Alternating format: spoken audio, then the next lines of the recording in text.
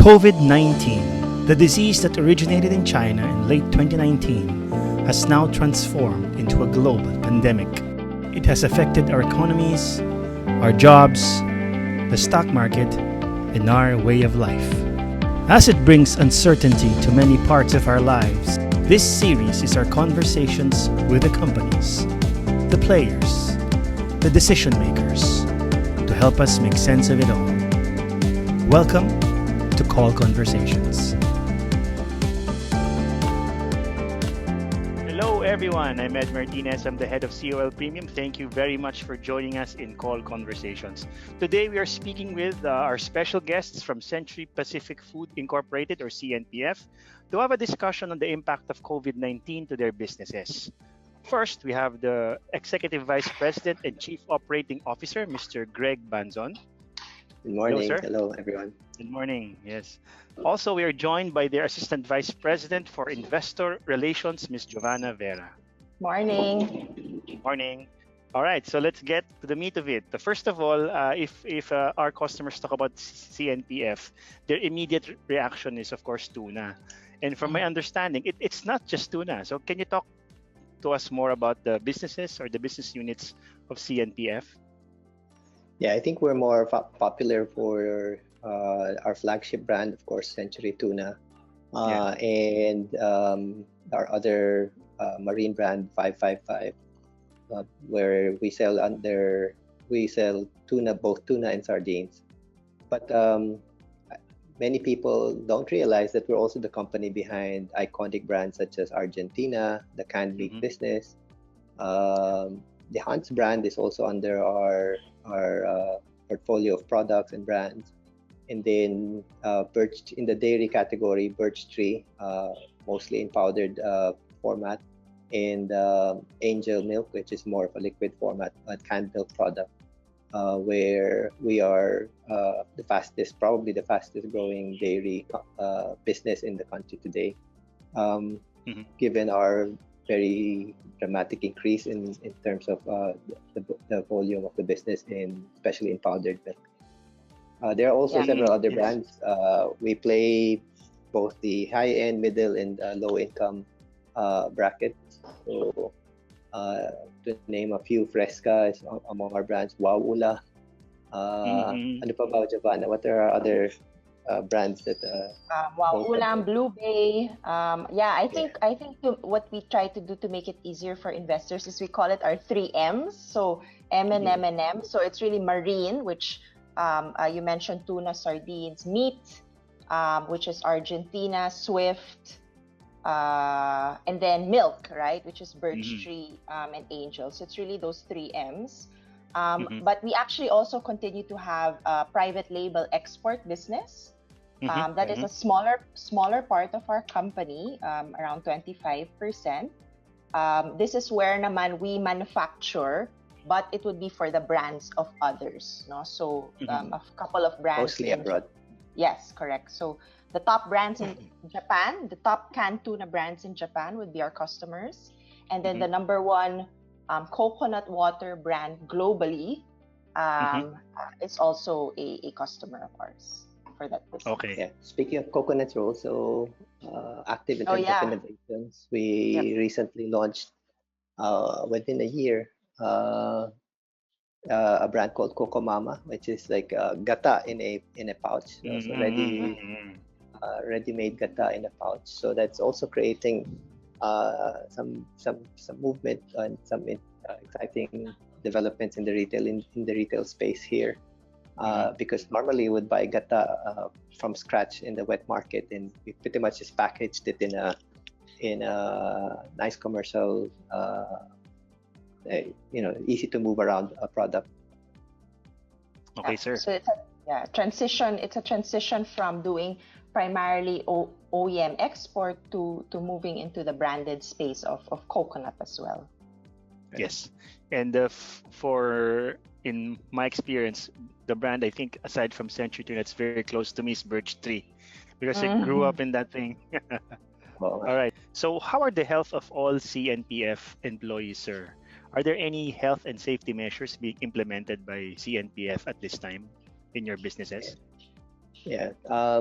So these are very interesting times, and you need to be able to react quickly. But we were a bit proactive. We were forming scenarios in terms of how COVID will affect the business, if and when it would hit the country. And there were a lot of business continuity planning sessions that were being done, led by key people within the organization, establishing scenarios in terms of employee safety, business continuity, managing the cash flow, sustaining supply. So many scenarios were put together, and ironically, we were planning on doing a dry run for March 16. Everyone was saying we'll do a work from home. We were testing different formats of being able to hold meetings, and we were saying, okay, let's test how this thing's going to go. We'll do work from home, and we'll have the critical employees stay at the office and see how that's going to pan out. It just so happened that the government also declared March 16 as a first day of total Luzon or Metro Manila. As it was a Luzon-wide lockdown. And, yes, sir. Nagkasabay. So I guess that's how prepared we were in terms of anticipating what was going to happen. So to your question on safety and health of our employees, we are a major player at least in the canned food category, and it's important for us to stay and make the products available to ensure that our consumers and our customers, the retailers, are well stocked. As you know, there was a slight surge, or there was a surge in demand prior to and the early days of the lockdown, and we had to be able to sustain supply. And even beyond as the lockdown continues, there's a need for shelf-stable products in the homes. So we've had to keep our manufacturing plants operational in all sites. Admittedly, there were challenges in terms of moving people around, getting them to the place of work, because there was a suspension of transport services. But that notwithstanding, we said we needed to supply, but we needed to put the health and safety of our employees as first priority. So we implemented safety measures like screening at the entrances. Everyone who enters the plant goes through a health check, not just in terms of temperature, but general well-being. And then there are like foot baths as they walk in. We deployed a lot of hand washing and hand sanitizing stations all over the plant, and then implemented physical distancing in the manufacturing in all locations, and then provided health kits such as face masks, face shields, the hair nets, which is part of the staple of what they were using, gowns, and implemented strict protocols inside the plant, wherein during the work sessions they're not allowed to talk, and then staggered the breaks into more frequent and smaller batches, so that even in the canteens and in the toilets there is physical distancing. We've also provided transportation for about 60 or 70% of our workers work within the community, but there's still that certain percentage that have to cross over from one community to the next. So we've provided some shuttle services, but also marked the vehicles on places where they can sit to ensure physical distancing. And then in one or two locations, we also provided dorm facilities to prevent people from having to cross over from one community to the next. And then they go home every weekend and then come back to the dorm. So extensive health and safety measures to make sure. Awa ng Diyos, wala pa naman kami. We haven't had we haven't been hit by any infection.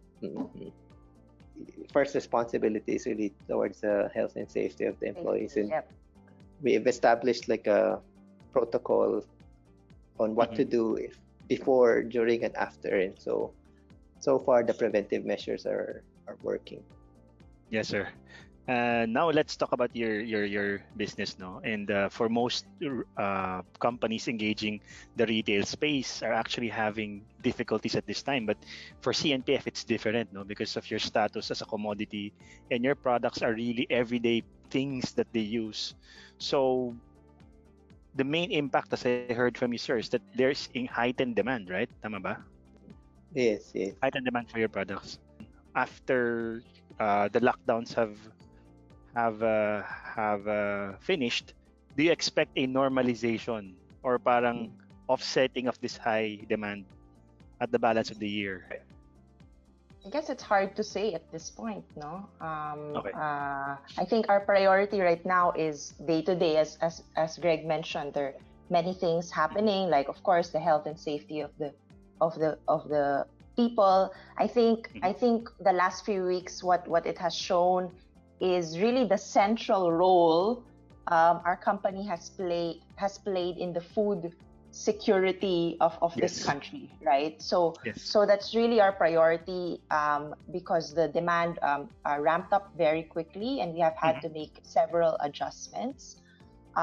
So yeah, I think it's difficult to say. I think the challenge is we don't know, even if this quarantine lifts, we don't know what the economic situation will be like, right? I think it's a completely new world. It's not like nag-pause lang tayo tapos back to normal. I think so many things have changed, and we'll have to, I guess, really sit down again to sort of reassess what that balance of year looks like. But really the priority for the moment is dealing with ensuring that there is food security for our country today. Yeah. Prior to, I think what's working for us now is that even prior to any crisis, more so this crisis, we've really been investing in our on our brands and being able to connect with our consumers. So the impact, I guess, is that there's a lot of trust.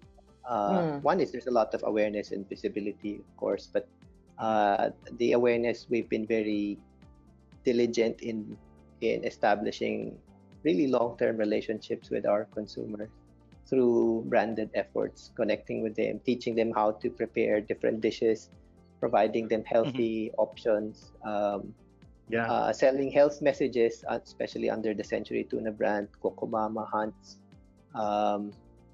Birch Tree, and even Angel. So all of those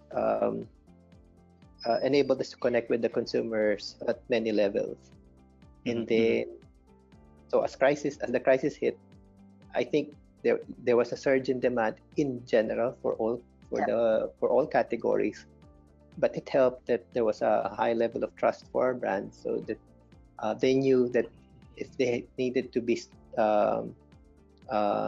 home, if they needed to stay home for an extended period, at least they had brands that they could trust, and they knew how to make preparations for to get them by during that extended period. After the crisis, you can expect that, I guess, consumer medyo magre-reset ng konti yan siguro, but hopefully we're hoping that the trust that we've established for our brands will continue to be there. That's right. We've endeavored to make ourselves available even during the crisis, continue to be part of the lives of the consumer. But you can expect that more people will probably, they've discovered or rediscovered the joys of cooking at home. So a lot of the brands that we have cater to that need. Yes, sir.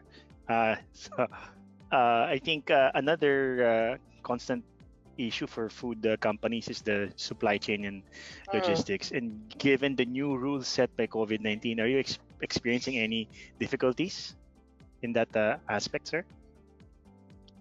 Yung difficulty was the first 2 weeks, but there was a lot of confusion. So though we've had business continuity planning pretty much mapped out, the big surprises were that the coordination between national and local government was still being fine-tuned.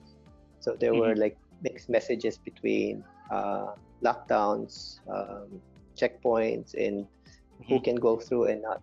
First few days was a bit confusing, but we've maintained a good relationship with both LGU and national government to maybe make our point across, or in terms of the need to sustain movement of product.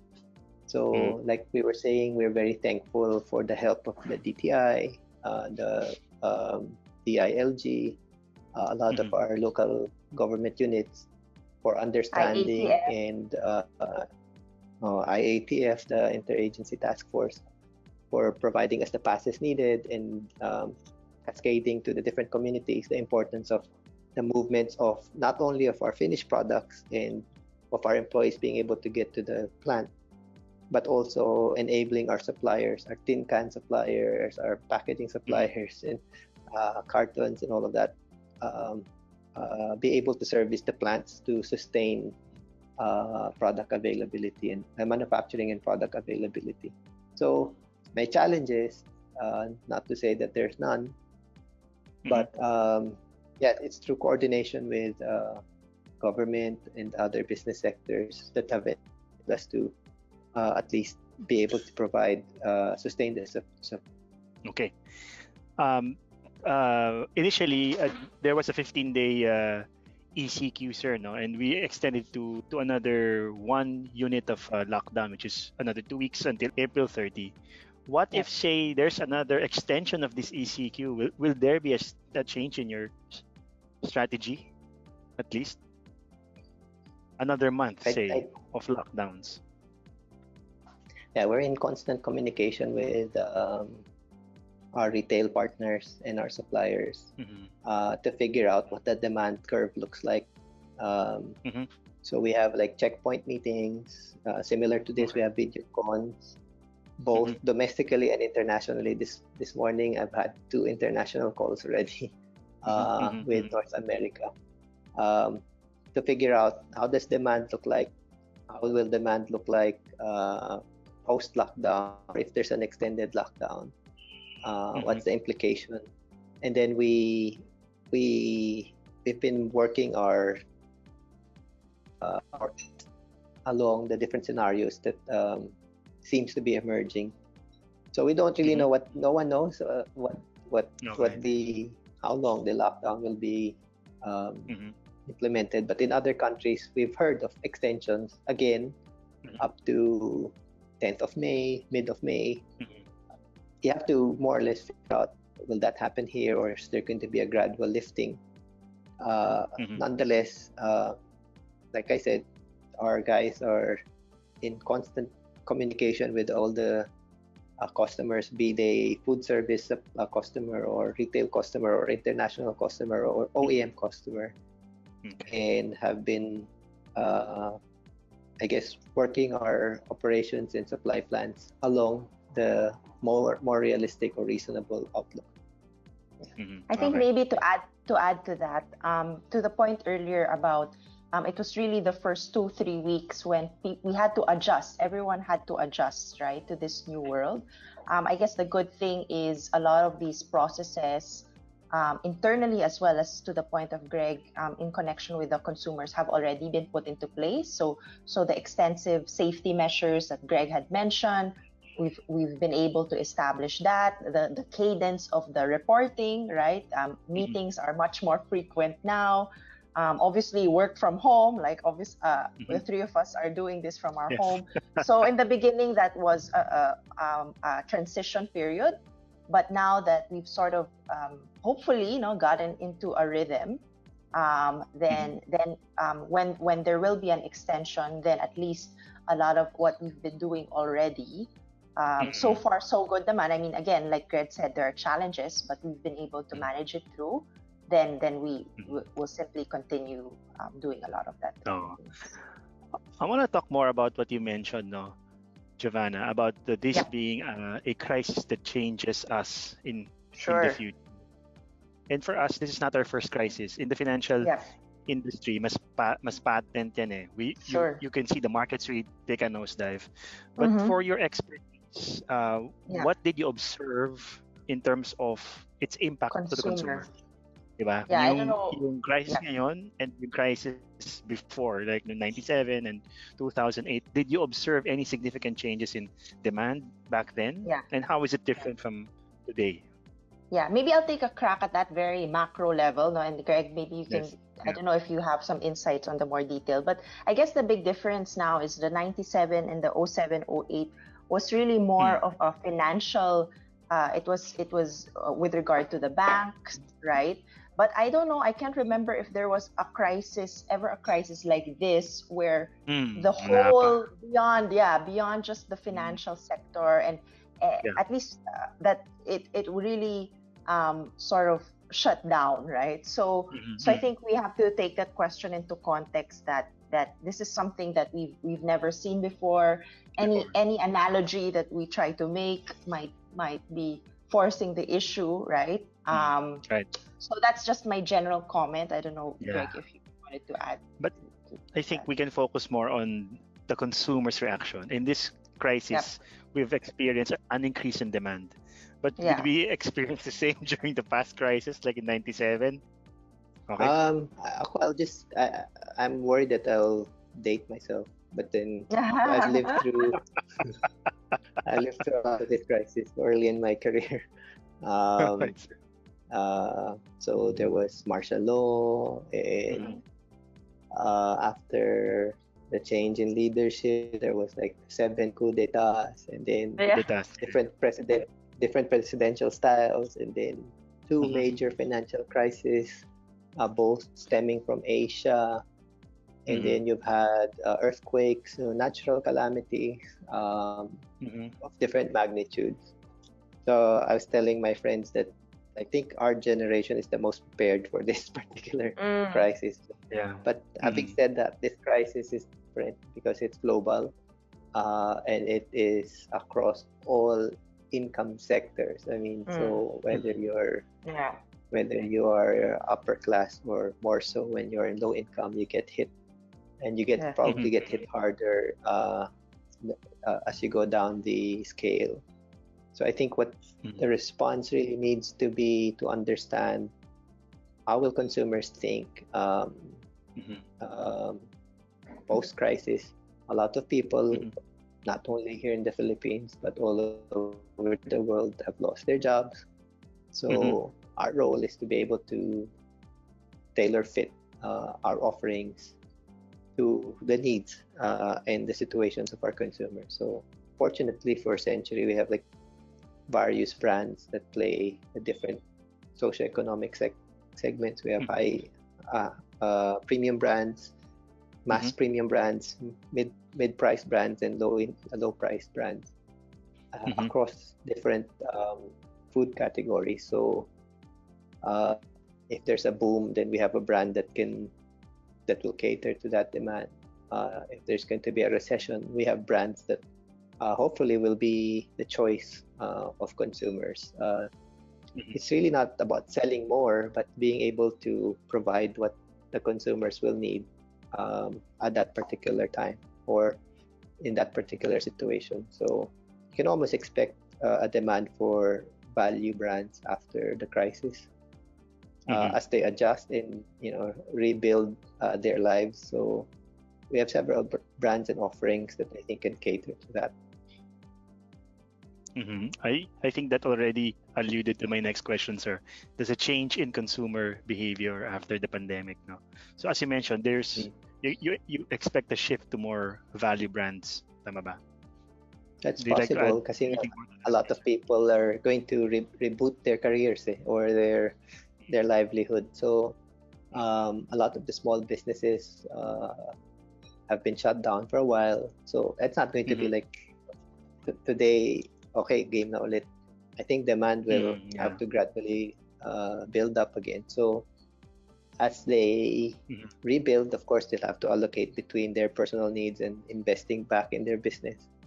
And so medyo it's parang diesel yan. It will take a while before Uminit. the economic machine will start humming again. So yeah, because of that, Okay. I think people will economize. So we have different pack sizes catering to the different price points that consumers prefer to experience our products at. So it adds complexity, but it also serves a purpose of being able to have something for what consumers prefer. Okay. Now let's talk more about the future after COVID-19. No? What do you think are the biggest risks that your company is facing right now, sir? I think what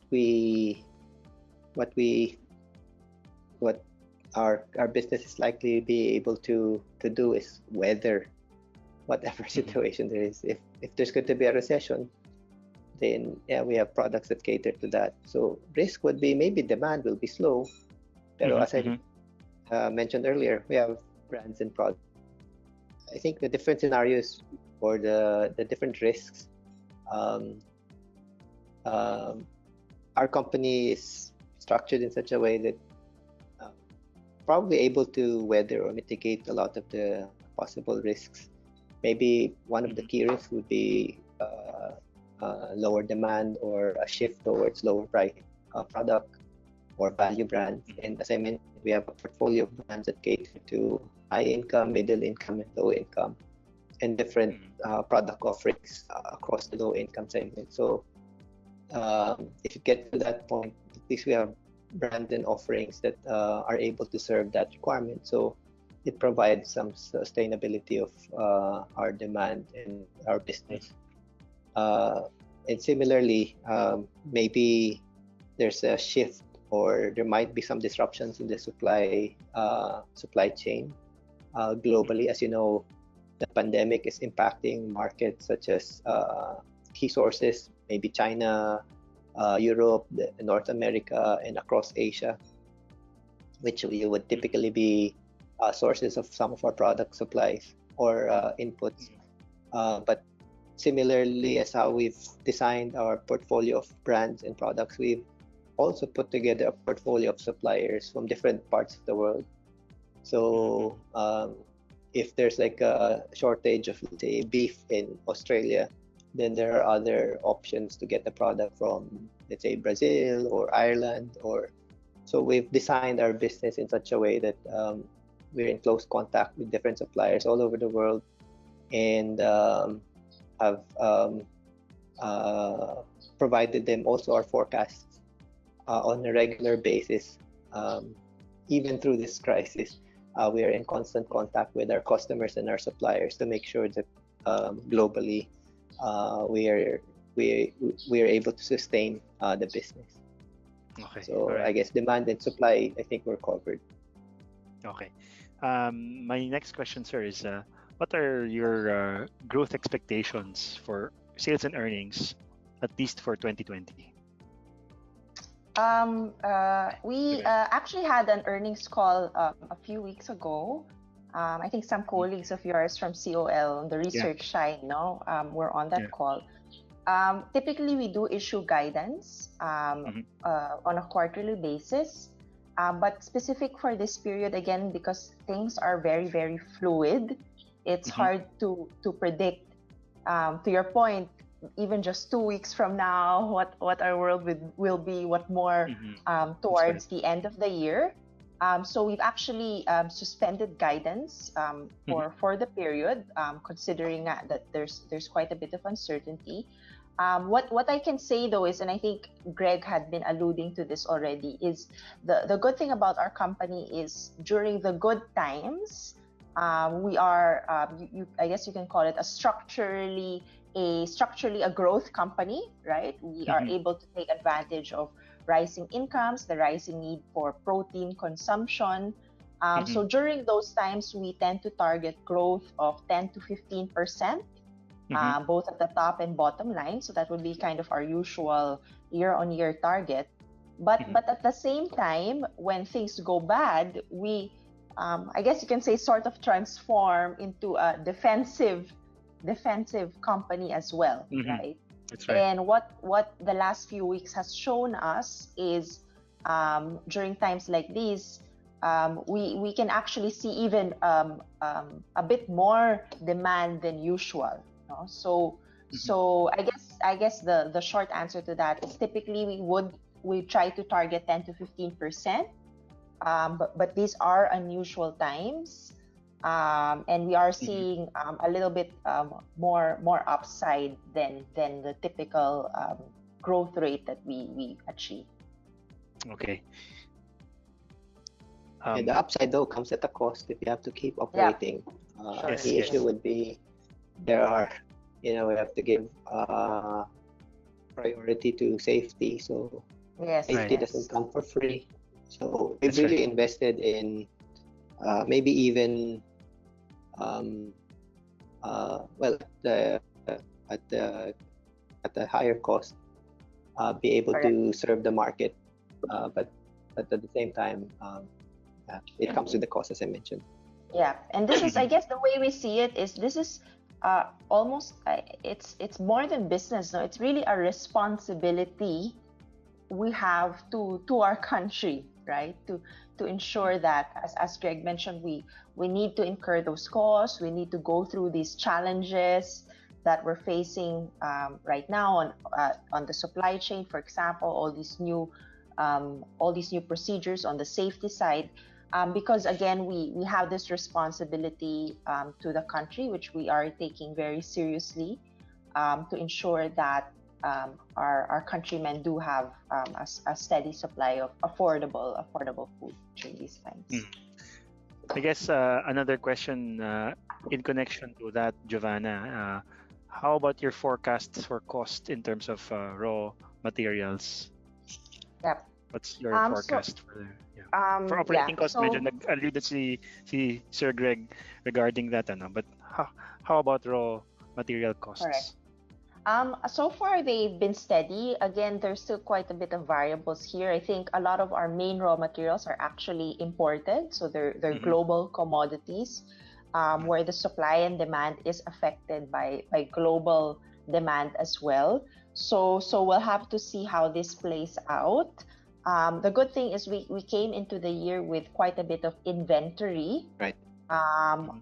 Which allows us to essentially cover quite a bit of our requirements for the year. That inventory actually also helped us, at least on the finished goods side, it helped us when the demand spiked up. So it served a dual purpose on the cost side as well as helping us sustain the demand. So far, I think it's fairly manageable. I think, as you mentioned, Greg alluded more to the incremental costs of operating at this time. So all the health and safety procedures. We are also doing our part to the community. So more than just supplying food, we're actually also providing quite a bit of help to LGUs. We're doing quite a bit of feeding for hospital frontliners. So that does have some incremental costs, but I think all in all, quite manageable at this point. All right, thank you very much, Sir Greg and Giovanna. Sir, do you have any final messages to our customers? Yeah, I think it's crisis. As I said, I may have dated myself, but I've seen quite a number of crises over the many years, and there's always like a duration. You have to project how long this duration is going to, how long this crisis going to last, and what will be the impact. But like any, it's not going to be a permanent thing. Then you have to look at your opportunities. Of course, there are risks, but there are also opportunities in a crisis. So CPFI, where we are, is really our mindset is to serve the market, serve the country by way of ensuring food security, being able to provide affordable and good quality products, especially in times like this. As a result, maybe because we've pretty much mapped out different scenarios and continue to work on efficiency. I think the numbers are pretty stable. So, as I said, if there's a risk, there's also opportunity. I think CPFI could be classified as an opportunity. All right. Yeah. Giovanna, yeah, I guess for me, it's really, I guess first of all, thank you for having us, right? For your interest in our company. Thank you also. For our viewers, I guess we are working very hard for all our stakeholders. I think what this crisis has shown is it's really, you have these listed companies. No, nice. I'm sure a lot of your clients are very familiar with the stock market and all these listed companies as shareholders, right? But I think what this crisis shows is it really goes beyond. There's really a bigger set of stakeholders, right? In our case, it's, as we mentioned, our employees, right? Where we have to really care for their health and safety, their well-being. There's our community, right? So working very closely with the LGUs, the hospitals, right, that are doing such a great job during this time. And of course, it's our customers, right? As Greg mentioned earlier, we want to be sort of the trusted brands, no, that will sort of be a comforting force during this time, and want to ensure that you know that we'll be there for you, no, even if times are tough, no. So this is what we're doing now. It really goes beyond just our shareholders. No, hopefully some of your clients watching here today are our shareholders, no, but also our employees, the community, our customers, and yeah, the last few weeks, I think internally has shown to us how critical the role our company is playing now, in light of what's going on. All right, so there you have it. Again, thank you very much, Mr. Greg Banzon. Thank you very much, Miss Giovanna Vera, for joining us in this episode of COL Conversations. Thank you.